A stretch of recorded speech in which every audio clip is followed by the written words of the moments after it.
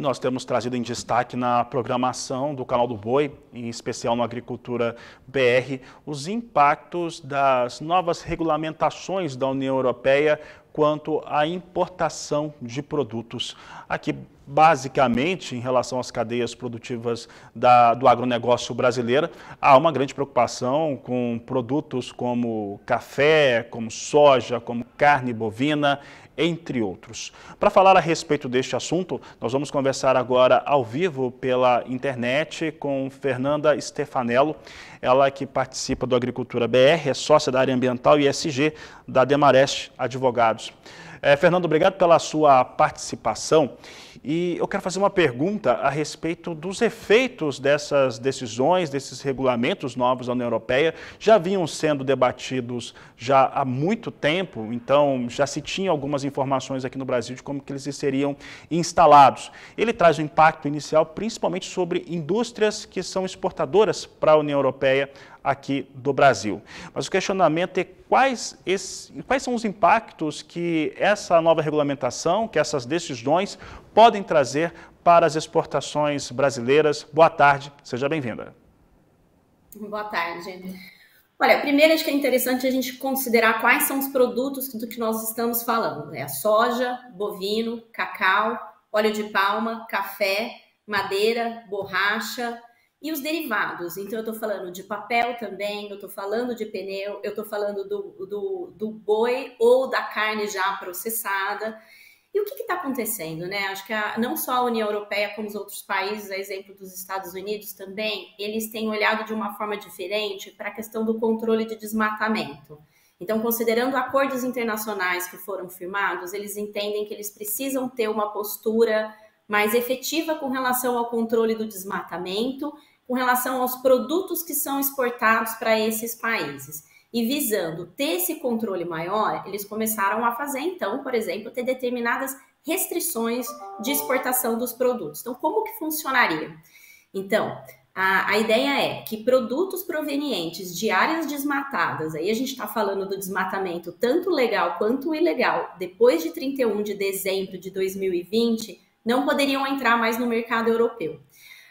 O que isso significa? Significa que você vai ter que cumprir uma legislação e mostrar que você tem, de fato, essa conformidade socioambiental, porque eu não estou falando só ambiental, muito maior.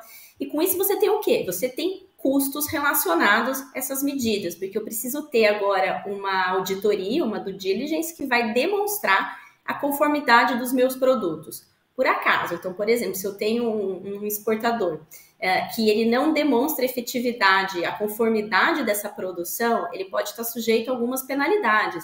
E essas penalidades são de multas relacionadas aos danos ambientais, proibição de exportação, entre outras. Então, o que a gente nota é que você vai ter uma restrição de comércio se você não conseguir demonstrar a conformidade ambiental desses produtos. Conformidade ambiental está muito ligada à rastreabilidade do que se é produzido aqui no Brasil. Nós temos rastreabilidade em produtos como a carne bovina mesmo, em relação a produtos que vão para a Europa, carne bovina que vai para a Europa. Dentro deste cenário que você desenhou, que você nos trouxe aqui no Agricultura BR, como que a pecuária e a agricultura brasileira poderiam se adequar? Como eu disse, vemos rastreabilidade na bovinocultura, mas não nos demais produtos que foram citados agora durante a entrevista. Acho que o primeiro passo é realizar essa auditoria, então você tem que encaminhar um atestado sobre a conformidade dos seus produtos. E essa conformidade, ela vai estar muito baseada em informações. Então, o que o produtor tem que ter em mente? Ele precisa ter informações com relação à proveniência, às áreas onde são produzidos esses produtos dos quais a gente citou, para demonstrar que você não teve nenhum desmatamento, seja legal ou ilegal, depois de dezembro de 2020. Rastreabilidade, acesso de dados no país é algo que tem melhorado cada vez mais e o Brasil consegue se orgulhar aí de uma parte da rastreabilidade que ele já tem. Então, trazer esse tipo de informação e mostrar vai ajudar bastante. Então, acho que você ter ali, nos últimos 5 anos, todos os documentos e informações que comprovem que você não tem nenhuma não conformidade socioambiental. Por que não conformidade socioambiental? porque eu vou ter avaliação também com relação os trabalhadores envolvidos, a questão da governança e não só o desmatamento das áreas provenientes dos produtos. Fernanda, uma das questões que os produtores rurais regularmente têm colocado aqui na nossa programação é o fator do Código Florestal brasileiro, que está vigente, que é aplicado por esses produtores rurais, ter ali uma série de fatores que mostram, claro, a questão do meio ambiente, os módulos fiscais de produção e outros elementos que estão ligados à preservação ambiental e à produção agropecuária de um modo mais direto.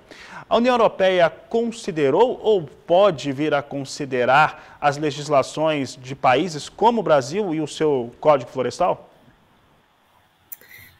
De acordo com a diretiva da União Europeia, a implementação da legislação nacional, ela tem sim que ser considerada. Então, o nosso Código Florestal, ele vai ser considerado. Agora, um ponto que a gente precisa olhar com mais atenção é que a União Europeia, ela vai além. Ela não está falando que eu preciso cumprir só a minha legislação nacional. Ela está falando que ela também entende que qualquer desmatamento, então, por exemplo, um desmatamento autorizado pelo órgão ambiental estadual ou pelo IBAMA, órgão ambiental federal, depois de dezembro de 2020, ele não seria considerado um desmatamento aceito para a União Europeia para fins de produção de determinados produtos. Então, é como se o Código Florestal ele fosse sim considerado, mas a União Europeia ela vai além, ela traz mais restrições. Ao trazer mais restrições, ela está indicando que produtos de determinadas áreas não seriam aceitos no mercado europeu, porque o mercado europeu ele entende que ele tem um fator decisivo aí no combate às mudanças climáticas e na manutenção da biodiversidade. Isso, de certa forma, vai gerar eventuais impasses dentro do próprio país, porque não necessariamente todo mundo vai entender que você poderia ter uma restrição, por exemplo, de abertura de novas áreas ou de produção em áreas que seriam passíveis de um desmatamento legal. Tá certo, Fernanda? Para encerrar, vou fazer uma última pergunta. Como que você interpreta e como que você acredita que as cadeias produtivas, os envolvidos dentro deste processo, porque a União Europeia é um importante importador do Brasil, podem, neste momento, se organizarem, tanto para entendimento da regulamentação e quanto para fazer com que se mostre o que é feito no Brasil e se conseguir se adequar a essas exigências? A gente já tem visto diversos setores se movimentando e não é de agora, né? Acho que você bem disse no começo, esse projeto dessa diretiva ele já estava aí tramitando há algum tempo. Nos Estados Unidos também a gente já tem uma norma bastante parecida. Então a ideia é se organizar para mostrar que tem um controle de informações e fazer também uma demonstração para mostrar que o país é um país que consegue fiscalizar e controlar a preservação das florestas e a recuperação das florestas, considerando o conceito aplicado pela União Europeia. Então, se a gente consegue demonstrar a conformidade do país, o país ele pode ser classificado como de baixo risco. Ao ser classificado como de baixo risco, então aquela auditoria que eu mencionei no começo, ela vai ser mais simplificada, o país vai sofrer menos fiscalizações, e com isso a tendência é você ter menos restrições de comércio para a União Europeia.